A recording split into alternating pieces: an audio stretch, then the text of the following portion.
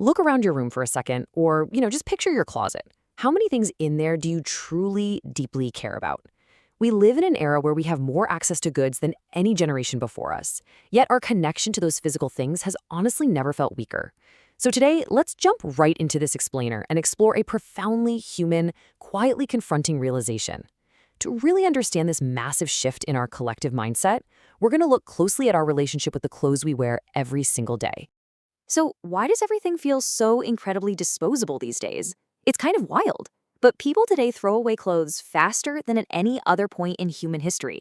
We buy something, we wear it once or twice, and then we just discard it. But as we'll see as we unpack the source material today, the real issue isn't just the physical mountain of fashion waste piling up in landfills. The deeper, more silent problem is that we no longer build relationships with the things we own. We have fundamentally lost the art of attachment. Section 1. The weight of old clothes, when ownership had emotional value. Think back to how things used to be, and really, it wasn't even that long ago.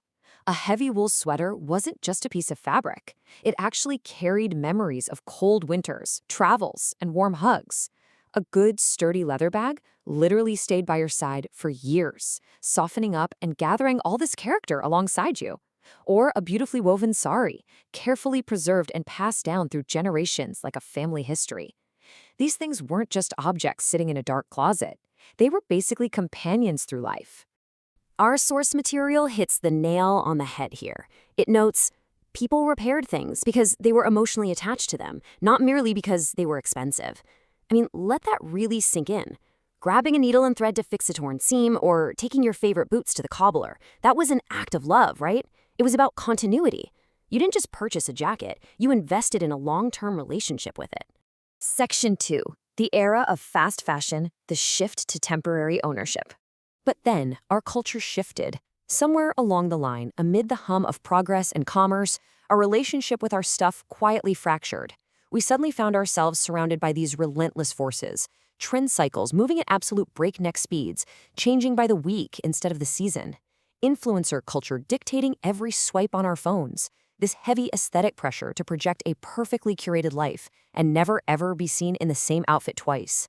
Add in instant delivery systems dropping packages at our doors before we even figure out if we actually need them. We are literally bombarded and constantly pushed to consume. So we've essentially traded this beautiful historical intentionality, keeping items from memories, comfort, and personal identity, for a pretty frantic modern reality. Now items are bought specifically for an Instagram picture, for some fleeting microtrend, for external validation, or honestly, just for that quick dopamine hit of short-lived excitement. And the real tragedy of this dynamic? Once that brief excitement fades away, the item itself starts feeling completely irrelevant to us.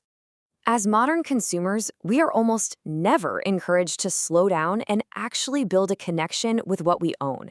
Instead, it's just this relentless push toward what's next, a new drop, a new trend, a new aesthetic, a new micro-season. It is staggering, but some fast fashion brands turn out over 50 micro-seasons a year now. It's like a treadmill that never stops running. It constantly demands our attention and our wallets, and it trains us to view the things we touch as inherently temporary. Section 3. A culture of disposability beyond the wardrobe. Which brings us to a much wider and kind of troubling realization. Because what starts in our closets absolutely does not stay in our closets. Fashion is really just one of the most visible reflections of a much broader societal mindset. This disposable attitude has slowly bled into almost every part of modern life. Step 1, we consume quickly, whether that's a $5 t-shirt, a viral video, or even a dating app profile. Step 2, we move on quickly. Step 3, we replace quickly. And step 4, we forget quickly. We are applying the exact same fast fashion mindset to our digital content, our life experiences, and increasingly our human relationships. And it all boils down to this one brutal fact. The emotional lifespan of products has become shorter than the physical lifespan of the products themselves. Let's just sit with that realization for a moment. The stitching is perfect, the fabric is fine, the zipper works beautifully, but our emotional interest in the item is completely dead. We discard perfectly good things long before they are actually broken. Section 4. Redefining true sustainability, moving beyond materials. So how do we fix this? Well, it requires redefining true sustainability.